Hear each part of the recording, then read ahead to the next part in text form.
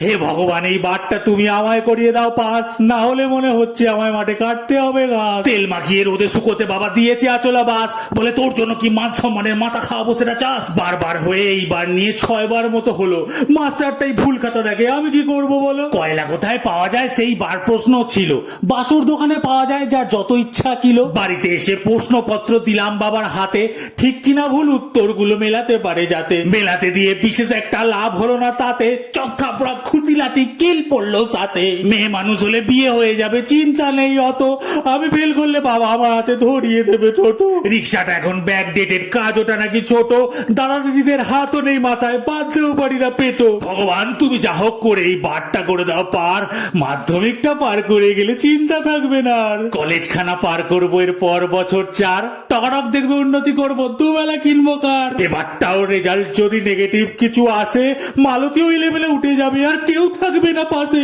মালতী জানে আমরা সমবয়সী, তাই আমার কথায় ভাসে, আর কত মিথ্যে বলবো বলো, 5 বার দাড়ি কাটতে হয় মাসে। আমার মালতী, আর এই মাধ্যমিক নিয়ে আমার জীবন জরা জীর্ণ, ভালো রেজাল্ট না হোক অন্তত হই যেন বিবেচনায় উত্তীর্ণ।